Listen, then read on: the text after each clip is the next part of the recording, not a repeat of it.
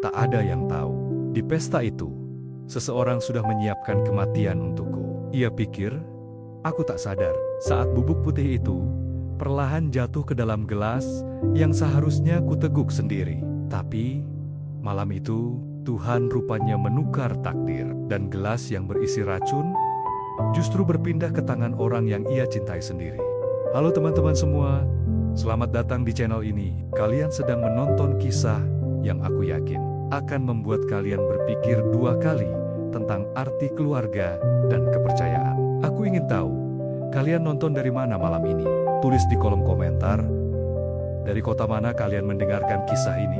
Sebelum mulai, jangan lupa klik like, subscribe, dan nyalakan lonceng notifikasi, supaya kisah-kisah inspiratif seperti ini bisa terus hidup. Dan sekarang, aku akan ceritakan padamu bagaimana Tuhan menukar takdirku lewat satu gelas yang salah. Namaku Surya Pranata, usia 66 tahun. Setelah 40 tahun bekerja, aku resmi menutup bab hidup yang panjang dan melelahkan. Perusahaan konsultan sistem keuangan yang dulu kubanggen dari meja kecil di garasi rumah, kini telah kugenggam, kujual, dan kuserahkan pada generasi baru. Nilai penjualannya 12 miliar rupiah. Angka yang seharusnya membuatku bangga, tapi justru membuat hatiku terasa kosong. Aku ingin menghabiskan sisa umur dengan damai, berangkat umrah, mewakafkan sebagian uang untuk pesantren kecil di Cirebon, dan mendirikan beasiswa anak yatim atas nama almarhum istriku, Bening Cahaya. Itu cita-cita terakhirku. Sederhana, tapi tulus. Namun, ketenangan hidup kadang hanya bertahan sampai dering telepon pertama. Siang itu, Arman, anak tunggalku, datang bersama istrinya, Laras. Aku sempat tersenyum melihat mereka di gerbang. Tapi dari jarak 5 meter pun, aku sudah tahu tujuan kedatangan mereka bukan untuk menemaniku minum teh. Ayah, kami cuma mau bicara sebentar, kata Arman. Suaranya hati-hati. Mereka duduk di ruang tamu. Laras membuka map biru tebal, berisi rancangan bisnis baru, sebuah aplikasi investasi digital. Suaranya manis, cara bicaranya sopan, tapi matanya tajam menghitung. Kami butuh suntikan dana, ya sekitar 4,5 miliar aja, buat tahap awal. Kalau proyek ini jalan, kita semua untung besar. Aku mendengarkan tanpa memotong. Aku tahu gaya bicara Arman. Mulai lembut, lalu menekan, lalu menuntut. Sudah 3 kali ia datang dengan ide yang sama. Dan 3 kali pula, kegagalan menghancurkan tabungannya sendiri. Man, ujarku perlahan.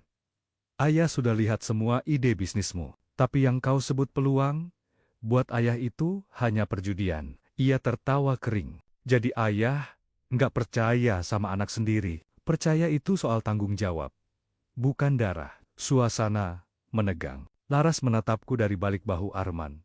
Tersenyum tipis. Senyum yang tak pernah kutemui di wajah istriku dulu. Bapak kan sudah pensiun, katanya lembut tapi tajam. Buat apa simpan uang sebanyak itu kalau bukan buat keluarga sendiri? Aku menghela napas panjang. Uang itu bukan untuk aku nikmati. Itu titipan untuk orang-orang yang bahkan tak sempat bermimpi. Keheningan turun di ruangan itu. Hanya jam dinding yang berdetak. Pelan tapi menekan. Arman menatapku tajam. Wajahnya merah. Baik, kalau itu keputusan ayah, jangan salahkan aku nanti. Ia berdiri, membanting map biru di meja. Laras menatapku sekilas sebelum mengikuti suaminya keluar. Dan di ujung langkah mereka aku mendengar kata-kata yang tak akan pernah kulupakan. Kadang, orang tua yang terlalu bijak justru tidak tahu diri. Saat pintu menutup, aku duduk sendirian di ruang tamu yang sepi. Cahaya matahari sore menembus tirai, jatuh di gelas teh yang mulai dingin. Aku menatap kursi kosong di hadapanku. Kursi yang dulu ditempati istriku ketika menenangkan amarahku. Ben, bisikku pelan. Mereka tak tahu. Yang ku coba lindungi bukan uang, tapi nurani mereka sendiri. Aku tak tahu bahwa dari pertengkaran kecil hari itu, Tuhan sedang menyiapkan ujian yang jauh lebih besar. Ujian antara kasih seorang ayah dan racun di tangan menantunya sendiri. Hari pesta itu datang lebih cepat dari yang kupikir. Halaman rumahku penuh lampu hias, suara biola mengalun dari taman, dan aroma kopi hangat bercampur dengan wangi bunga sedap malam. Aku tersenyum pada tamu-tamu yang datang. Beberapa mantan rekan kerja menepuk bahuku, mengucapkan selamat atas masa pensiun. Tapi jauh di dalam dada, ada rasa hampa yang tak bisa kutepis. Di antara kerumunan, aku melihat Arman dan Laras. Mereka datang, tak sendiri, membawa Pak Budi dan Bu Murni, orang tua Laras dari Sragen. Tangan Laras menggenggam lengan suaminya dengan erat. Senyum mereka rapi seperti topeng yang baru dipasang. "Selamat ya." "Ya," kata Arman sambil menepuk bahuku. "Semoga ayah bisa istirahat tenang sekarang." Aku hanya menjawab singkat, "Terima kasih." Tapi di balik senyumku, mataku menangkap sesuatu yang lain. Tatapan Laras yang menilai, menghitung, dan dingin. Beberapa jam berlalu. Tawa memenuhi ruang tamu. Gelas-gelas wine berkilau di bawah lampu gantung. Aku berjalan ke ruang kerja di ujung koridor, mencari map kecil yang berisi daftar donasi yayasan yang sedang kususun. Pintu kubiarkan sedikit terbuka, dan dari celah itulah aku melihat pemandangan yang tak akan pernah kulupakan. Laras berdiri di dekat meja, membelakangi pintu. Ia mengeluarkan bungkusan bening kecil dari dalam tas tangan berwarna krem. Tangannya bergetar, tapi gerakannya terlatih. Seolah ia sudah mempersiapkan ini jauh-jauh hari. Perlahan, bubuk putih transparan itu ia tuangkan ke dalam gelas wine merah yang disiapkan khusus untukku di atas nampan perak. Aku terpaku. Jantungku berdetak pelan tapi berat. Setiap detak seperti menekan dinding dada. "Tuhan," bisikku tanpa suara. Aku mundur setengah langkah, menyandarkan tubuh pada kusen pintu agar tidak roboh oleh rasa muak dan kecewa. Aku tidak menjerit, tidak berlari, tidak menuduh. Aku hanya diam, memandangi perempuan yang dulu kucintai, karena membuat anakku bahagia. Kini berdiri di hadapan gelas yang ditakdirkan untuk membunuhku. Beberapa menit kemudian, aku kembali ke ruang pesta dengan wajah yang sama tenangnya seperti sebelumnya. Tak ada yang tahu apa yang baru kulihat, hanya Tuhan dan aku. Ketika Pak Budi berjalan ke toilet, aku berdiri, menatap meja tempat gelas-gelas wine itu disusun, dan entah dari mana datangnya keberanian itu, aku menukar gelasku dengan gelas milik Pak Budi. Hanya butuh 1 detik. Tapi di detik itu, seluruh kehidupanku berubah arah. Aku tahu, jika racun itu harus menelan korban malam ini, biarlah bukan aku yang memilih. Biarlah Tuhan yang menentukan siapa yang meminumnya di panggung kecil. Pembawa acara memintaku memberi sambutan. Aku berjalan ke depan, menatap semua orang, dan di antara cahaya lampu, aku melihat Laras masih tersenyum, tanpa tahu bahwa takdir baru saja berbalik arah. Aku berdiri di tepi ruangan, suara tawa dan percakapan mengalun seperti gema jauh di dalam air. Semuanya samar, kecuali satu hal yang kini jelas, aku sedang berpesta bersama kematian. Di meja tengah, gelas merah itu berkilau di bawah cahaya lampu gantung. Sekilas tampak seperti simbol perayaan. Padahal di dalamnya mengalir niat busuk seseorang yang dulu kupanggil anak. Mataku tak pernah lepas dari Laras. Ia sibuk berbasa-basi dengan tamu, menyentuh lengan Arman, sesekali tersenyum manis. Seolah malam ini banner-banner malam bahagia bagi keluarga kami. Namun aku tahu, senyum itu menyembunyikan niat yang lebih tajam dari pisau dapur. Beberapa menit berlalu. Pak Budi, ayah Laras, bangkit dari kursinya dan berjalan ke toilet. Aku melihat kesempatan yang Tuhan berikan. Langkahku terasa pelan, tapi jantungku berdebar seperti genderang perang. Di tangan kanan, aku menggenggam mikrofon kecil, sementara tangan kiri menyentuh bibir gelas yang masih hangat karena baru disentuh seseorang. Satu gerakan cepat, hanya butuh sepersekian detik. Gelasku kutukar dengan gelas milik Pak Budi. Tidak ada yang melihat, tidak ada yang tahu, hanya aku dan Tuhan. Aku menatap gelas itu, cairannya tampak sama, merah, berkilau, menggoda. Hanya aku yang tahu, di dalamnya ada batas antara hidup dan mati. Bapak Surya, kami tunggu sambutannya. Ayo, bersulang dulu. Aku tersenyum kecil dan melangkah ke depan. Semua mata kini tertuju padaku. Arman dan Laras berdiri di sisi kiri, menggenggam tangan satu sama lain. Aku menatap mereka berdua dengan lembut.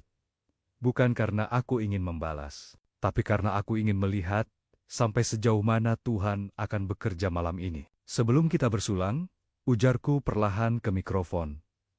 Izinkan aku mengucapkan terima kasih. Hidupku panjang, penuh jatuh bangun. Tapi malam ini, aku bersyukur bisa berdiri di depan kalian semua. Beberapa tamu menepuk tangan. Aku melanjutkan. Suaraku tetap tenang, tapi aku juga ingin berkata jujur. Barusan aku melihat sesuatu yang seharusnya tidak pernah terjadi di rumah ini. Laras menegang. Tawa para tamu perlahan memudar. Arman memandangku, bingung. Aku tidak akan sebut nama, kataku pelan. Tapi aku tahu ada seseorang di sini yang ingin memastikan aku tidak melihat matahari esok pagi. Hening. Suara sendok yang jatuh ke piring terdengar seperti dentuman bom. Aku menatap langsung ke arah Laras, dan mungkin hanya Tuhan yang tahu siapa yang akan meneguk gelas yang salah malam ini. Laras tiba-tiba melangkah cepat menuju meja. Wajahnya pucat, tangan gemetar. Pak, itu nggak benar. Saya cuma mau. Belum sempat ia lanjutkan. Tangannya menyentuh gelas yang kini sudah bukan milikku. Gelas milik ayahnya. Gelas itu terlepas dari genggamannya. Jatuh menghantam lantai marmer. PRAANG. Pecahan kaca dan cairan merah menyebar seperti darah di bawah lampu pesta. Semua orang menjerit. Arman membeku. Pak Budi yang baru keluar dari toilet menatap pemandangan itu dengan wajah sepucat kertas. Laras, gelas itu bukan untukku kan? Katanya pelan. Tak ada jawaban. Laras menutup wajahnya dengan kedua tangan. Tubuhnya bergetar, dan di saat itu, aku tahu, kebenaran tidak butuh banyak kata. Kadang Tuhan cukup menjatuhkan satu gelas. Untuk menjatuhkan semua topeng, aku meletakkan mikrofon di meja. Semua mata menatapku, tapi aku hanya menunduk. Bukan karena menang, tapi karena hatiku patah oleh fakta bahwa kebencian bisa tumbuh dari darah daging sendiri. Malam ini, bisikku dalam hati, aku tidak kehilangan nyawa, tapi kehilangan anak. Setelah suara gelas pecah itu, waktu seolah berhenti. Lampu di ruang tamu masih berkilau, tapi semua wajah berubah pucat. Aroma wine merah bercampur dengan bau logam dari serpihan kaca. Dan di tengah ruangan itu, Laras berdiri gemetar, wajahnya kosong, tangan menutup mulutnya. Aku menatapnya dalam diam, bukan dengan amarah, tapi dengan rasa kehilangan yang tak bisa dijelaskan. Perempuan yang dulu kukira bisa membawa kebahagiaan untuk anakku, malam ini justru hampir membawaku pada kematian. Pak Budi maju pelan. Langkahnya berat seperti orang yang baru sadar dari mimpi buruk. Laras, suaranya bergetar. Gelas itu bukan untuk aku kan? Laras tak menjawab. Matanya basah. Tapi bukan karena penyesalan. Lebih karena ketakutan. Aku cuma salah taruh. Aku nggak tahu apa-apa, Pak. Tapi suaranya pecah. Semua orang tahu. Tak ada kebohongan yang bisa berdiri di bawah cahaya sejelas itu. Aku mengambil mikrofon yang masih tergeletak di meja. Tanganku dingin, tapi suaraku tetap tenang. Tidak perlu menyangkal Laras. Aku tidak marah. Aku hanya ingin tahu, kenapa? Apa salahku?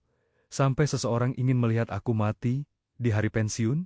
Laras menunduk, terisak. Arman maju, berusaha menenangkannya, tapi matanya sendiri gemetar. Ayah, ini salah paham. Laras cuma, aku menatapnya tajam. Kau tahu, Arman, kadang yang paling menyakitkan bukan racun di gelas, tapi racun di hati anak sendiri. Ruangan hening. Semua tamu menahan napas. Laras tiba-tiba berteriak, aku cuma ingin kau adil. Kami berdua capek hidup susah. Sementara kau simpan uang miliaran. Kau pikir gampang jadi istri dari orang yang terus dibandingkan sama ayahnya sendiri. Suaranya bergema di dinding ruang pesta. Semua orang memandangnya. Beberapa dengan iba, Sebagian lagi dengan jijik, aku mendekat, menatap wajahnya yang penuh air mata palsu itu. Uang itu bukan berkat kalau didapat dari niat yang kotor, Laras. Dan hari ini, Tuhan menunjukkan siapa yang sebenarnya kotor. Laras menggertakkan gigi. Ia menoleh ke Arman. Kamu diam saja? Bukankah ini semua rencana kita berdua? Arman terkejut. Wajahnya memucat. Apa? Apa maksudmu? Jangan pura-pura bodoh. Kamu tahu aku lakukan ini karena kamu yang minta. Suasana meledak. Beberapa tamu berteriak histeris. Yang lain menutup mulut tak percaya. Pak Budi menatap menantunya dengan wajah hancur. Sementara Bu Murni jatuh terduduk di kursi, menangis terseduh. Aku menarik napas dalam-dalam, mencoba menahan dada yang sesak. Cukup, aku tak ingin mendengar lagi. Kalian sudah menodai malam yang seharusnya penuh syukur. Aku menatap Arman lama. Aku memberimu segalanya sejak kecil. Bukan agar kau jadi kaya, tapi agar kau tahu arti cukup. Tapi rupanya, kau tak pernah cukup. Bahkan, untuk jadi anak yang jujur. Arman menunduk. Air matanya menetes.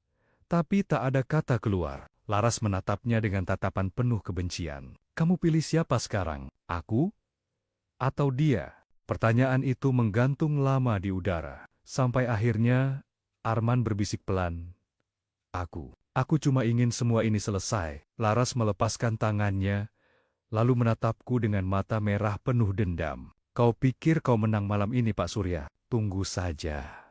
Tuhan belum selesai menulismu. Ia berbalik dan pergi, menyeret langkahnya keluar rumah. Sementara Arman menyusul di belakang dengan wajah kehilangan arah, aku berdiri sendirian di tengah ruangan. Musik berhenti. Tamu-tamu membisu. Yang tersisa hanyalah bau wine, serpihan kaca, dan rasa getir yang menggantung di udara. Begitulah cara Tuhan menegur, pikirku dalam hati. Bukan lewat petir, tapi lewat gelas yang pecah. Malam itu, aku tidak hanya kehilangan kepercayaan pada menantuku, aku kehilangan sebagian dari anakku sendiri. Dan di tengah pesta yang berakhir dalam kekacauan, aku sadar bahwa cinta seorang ayah kadang harus mati dulu, sebelum bisa dilahirkan kembali lewat kesadaran. Sudah 3 hari berlalu sejak malam itu. Rumah yang biasanya terasa hangat, kini seperti makam yang berdiri megah. Tidak ada tawa, tidak ada langkah kaki Arman yang dulu riuh setiap pagi. Hanya sepi dan sisa rasa getir yang menempel di dinding ruang tamu. Aku duduk di kursi rotan, menghadap taman belakang. Di hadapanku, secangkir kopi hitam mulai mendingin. Seperti hatiku, aku menatapnya lama, mencoba meneguk ketenangan yang tak kunjung datang. Tuhan, apakah aku sudah jadi ayah yang gagal? Pertanyaan itu terus menggema di kepalaku. Bukan karena aku ingin jawaban, tapi karena aku masih berharap bahwa semua yang terjadi hanyalah mimpi buruk yang bisa kuhapus saat aku bangun nanti. Namun harapan itu lenyap begitu bel berbunyi. Seorang lelaki muda berdiri di depan pagar. Wajahnya kukenal. Bagas, mantan staf Arman yang dulu bekerja di proyek startup terakhirnya. Ia menunduk sopan. Maaf, Pak Surya. Saya cuma ingin menyerahkan sesuatu. Ia mengeluarkan flash disk kecil dan surat putih terlipat rapi. Tangannya bergetar. Saya tahu saya salah diam selama ini, Pak. Tapi setelah lihat apa yang terjadi malam itu, saya nggak bisa tenang. Aku menatapnya heran. Apa ini? Rekaman, Pak. Percakapan Bu Laras dan Mas Arman, waktu mereka rencanain semuanya. Laras, pastikan ayahmu minum gelas itu. Setelah itu, semua aman. Kita dapat semua, Man. Arman, kamu yakin dosisnya cukup? Laras, cukup. Setelah ini, aku yang urus legal. Kamu tinggal tanda tangan aja. Suara itu menusuk telingaku, seperti pisau yang menembus lambat. Tiap kata terasa seperti racun baru yang menetes ke dalam dada. Anakku sendiri, bukan hanya tahu, tapi menyetujui. Aku menutup laptop, menatap langit-langit yang mulai redup. Air mataku tak turun, bukan karena tak sedih, tapi karena rasanya sudah lewat dari sekadar menangis. Hanya ada ruang kosong di dada, seperti rumah tua yang ditinggalkan pemiliknya. Sore itu, Pak Budi datang membawa surat. Matanya sembab. Pak Surya, saya minta maaf. Saya baru tahu semuanya. Ia menyerahkan amplop coklat. Di dalamnya, terdapat salinan surat penolakan warisan yang ditandatangani Arman 2 bulan lalu, surat yang disiapkan Laras untuk memastikan seluruh harta jatuh ke tangannya seorang diri. Saya temukan ini di kamar Laras setelah kejadian malam itu. Katanya pelan. Dia sudah rencanakan semuanya. Pak, anak saya, bukan cuma hilaf, dia licik. Aku menatap kertas itu lama. Tulisan tangan Arman di bawah tanda tangan Laras terlihat jelas. Goyah, seperti ditulis dengan tekanan batin. Tanda tangan yang kini menjadi saksi bahwa ia menyerahkan bukan hanya haknya, tapi juga nuraninya. Malam itu, aku tak tidur. Aku duduk di ruang kerja, memandangi foto keluarga kami yang dulu kupajang dengan bangga. Wajah Arman tersenyum di sana. Masih muda, polos, penuh cita-cita. Aku ingat waktu kecil, ia sering memelukku dan berkata, "Ayah jangan pernah tua ya. Aku takut kehilangan ayah." Dan kini, di masa tuaku, justru akulah yang kehilangan anakku. Meski ia masih hidup di luar sana, ternyata racun itu tidak hanya ada di gelas. Ben, kataku pelan sambil menatap foto istriku. Kadang racun itu lahir dari rasa iri, dari cinta yang berubah jadi tamak, dan mungkin inilah cara Tuhan mengingatkanku bahwa kasih sayang juga harus punya batas. Aku menatap keluar jendela, ke taman kecil tempat istriku dulu menanam bunga melati. Beberapa kuntum masih mekar, putih bersih, seolah tak tahu betapa kotor dunia ini bisa jadi. Dan di tengah keheningan itu, aku akhirnya memutuskan sesuatu. Mulai besok, semua hak waris Arman akan dicabut. Bukan karena aku ingin menghukum, tapi karena aku ingin dia belajar bagaimana rasanya hidup tanpa apapun, selain tanggung jawabnya sendiri. Aku tahu, banyak orang bilang balas dendam terbaik adalah penyesalan. Tapi aku tidak ingin membalas. Aku hanya ingin melihat keadilan bekerja dengan caranya sendiri. Dan malam itu, untuk pertama kalinya, sejak pesta itu berakhir, aku merasa Tuhan sedang menulis ulang naskah hidupku, bukan dengan amarah, tapi dengan pengertian yang lahir dari luka. Sudah 6 bulan sejak malam itu, rumahku tak lagi ramai. Tapi entah kenapa, keheningan kini terasa seperti teman, bukan kutukan. Setiap pagi, aku duduk di beranda, menatap langit yang perlahan berubah warna. Kopi hangat di tangan kanan, tasbih di tangan kiri. Aku belajar bersyukur, bukan karena keadaan membaik, tapi karena aku masih bisa memilih untuk tidak membenci. Sejak hari aku mencabut hak waris Arman, aku tak pernah melihatnya lagi. Ia pergi bersama Laras. Dan kabar terakhir yang kudengar, mereka kehilangan segalanya dalam hitungan bulan. Bisnis baru mereka gagal, rumah disita, mobil dijual. Dan suatu hari, tetanggaku yang bekerja di bandara berkata, "Pak, Bu Laras itu kabarnya kabur ke Malaysia." Aku hanya mengangguk. Aku tidak kaget. Dari awal, aku tahu orang yang hidup dengan menipu tidak akan pernah punya tempat untuk pulang. Sementara itu, aku memilih jalan lain. Aku mulai menjalankan rencana lama yang dulu selalu kutunda karena kesibukan dunia, mendirikan Yayasan Cahaya Bening, mengambil nama dari istriku yang dulu selalu jadi cahaya dalam gelap pikiranku. Yayasan itu kecil, tapi tumbuh cepat. Kami memberi beasiswa bagi anak yatim, mengajarkan ibu-ibu janda cara mengelola usaha kecil, dan membangun program literasi keuangan di desa. Setiap kali aku melihat anak-anak itu tersenyum, aku merasa mungkin Tuhan memang harus menghancurkan dulu sesuatu di dalam diriku, agar aku bisa paham makna memberi tanpa pamrih. Pernah suatu sore, aku duduk di halaman yayasan, melihat anak-anak belajar menulis di teras. Salah satu dari mereka, bocah laki-laki kecil bernama Raffi, mendekat dan bertanya polos, "Eyang Surya, orang jahat kalau tobat, masih bisa jadi baik nggak?" Aku terdiam lama. Pertanyaan sederhana, tapi dalam, "Bisa nak," jawabku perlahan. Asal dia mau mulai lagi dari nol, dan gak takut miskin waktu belajar jujur. Raffi tersenyum, lalu berlari kembali ke teman-temannya. Aku menatap langit sore, Dan untuk pertama kalinya, aku merasa Tuhan benar-benar sudah menata ulang hatiku. Lalu, suatu hari, tepat setahun setelah semua terjadi, pintu gerbang rumahku diketuk. Aku membuka, dan di sana berdiri seorang pria kurus dengan wajah lelah. Wajah yang dulu ku kenal, tapi kini tampak jauh lebih tua dari usianya. Arman, tubuhnya lusuh, keringat menetes di pelipis, jaket ojek online masih menempel di punggung. Tangannya memegang surat kusut dan amplop kecil. "Ayah," suaranya parau. "Saya nggak punya hak minta maaf. Tapi saya tetap mau mencoba." Ia menyerahkan surat itu. Tulisan tangannya bergetar. Tinta sedikit luntur oleh air mata yang entah miliknya, entah milikku. Saya sudah kehilangan semuanya. Ya, rumah, uang, istri, semuanya. Tapi yang paling berat, bukan kehilangan itu. Tapi kehilangan rasa bangga, karena ayah adalah ayah saya. Saya bodoh. Dan saya menyesal. Aku menatapnya lama. Ada bagian dalam diriku yang ingin memeluknya.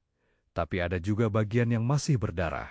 "Aku belum bisa memaafkan, man," ujarku pelan. "Tapi kalau kamu benar-benar menyesal, buktikan lewat hidupmu. Bukan lewat kata-kata." Ia mengangguk. Air matanya jatuh di kakiku. Aku biarkan, karena kadang seseorang perlu menyentuh debu tempat ia jatuh sebelum bisa berdiri lagi dengan benar.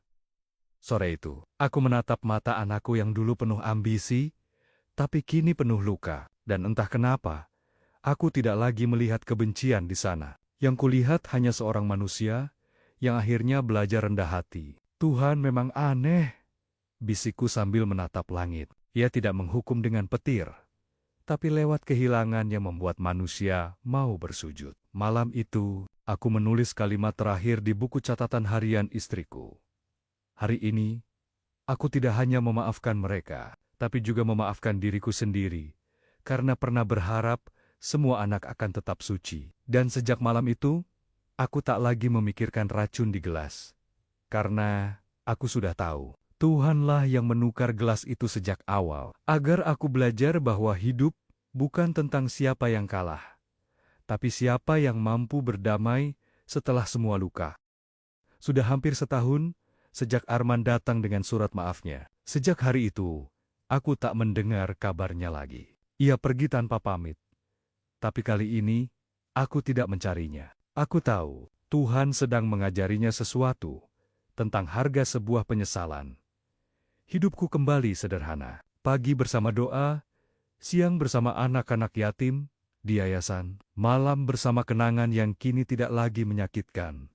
Tapi malam ini berbeda. Saat aku menutup pintu yayasan, seorang kurir datang membawa sebuah amplop besar. Di pojoknya tertulis dengan tulisan tangan yang kukenal. "Untuk ayah." Tanganku bergetar saat membukanya. Di dalamnya, ada selembar surat dan foto.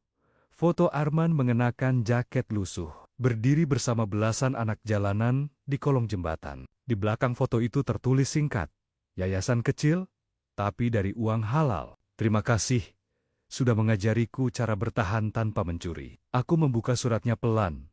"Ayah, saya tahu tidak ada kata yang cukup untuk menebus kesalahan saya. Tapi sejak hari ayah bilang, buktikan lewat hidupmu, bukan lewat kata-kata, saya berhenti bicara dan mulai bekerja.